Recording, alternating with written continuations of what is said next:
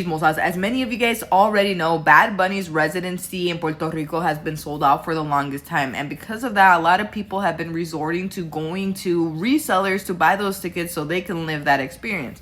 And I completely understand why, but recently there's been a lot of scams that have been coming to light, a lot of duplicate tickets that have been sold, and people are panicking trying to figure out what's going on. Up until now, we had no idea what was causing the scam or what was behind everything, but one Reddit user just posted a whole thread on Reddit explaining what happened, and you gotta check this out.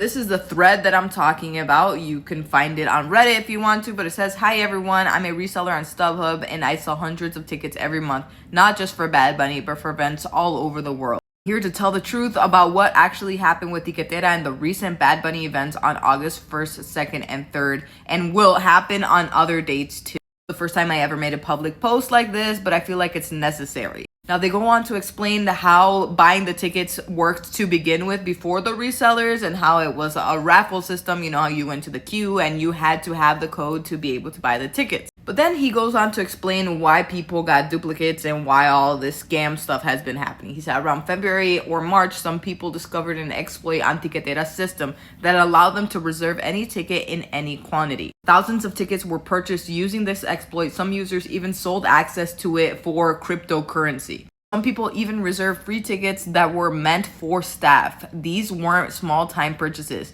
We're talking about 6- and 7-figure transactions.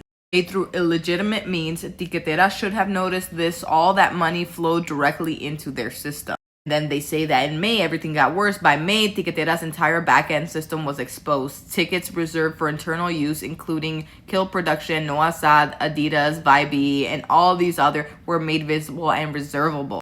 Anyone with basic coding knowledge could generate fake ticket cart links and exploit the system. Ticketera knew about this since February, but instead of fixing the issue, they let it grow.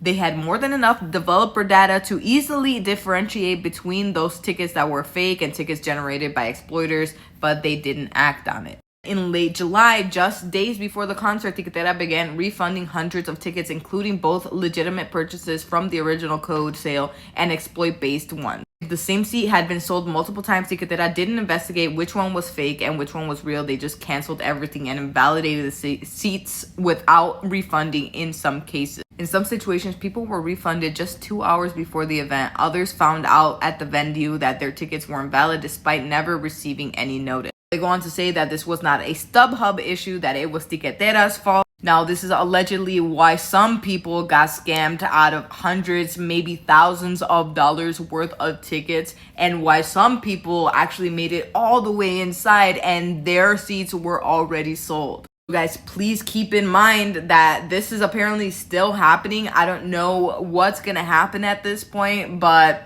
if this is legit, then this means that a lot of people, even that didn't buy through resellers, may have problems with their tickets. That's a super scary thought, specifically because you're not from Puerto Rico. You're flying all the way over there. You're paying for Airbnb, a hotel. You're paying for your flights. You're paying for all of this, and you show up and your ticket don't work. Brr, I would throw hands. I would throw hands. Anyways, guys, that's the explanation we got so far, and I'm curious to know what you guys think about this. Let me know down below in the comments, and don't forget to like and follow for more gossip, chisme, and all things tea.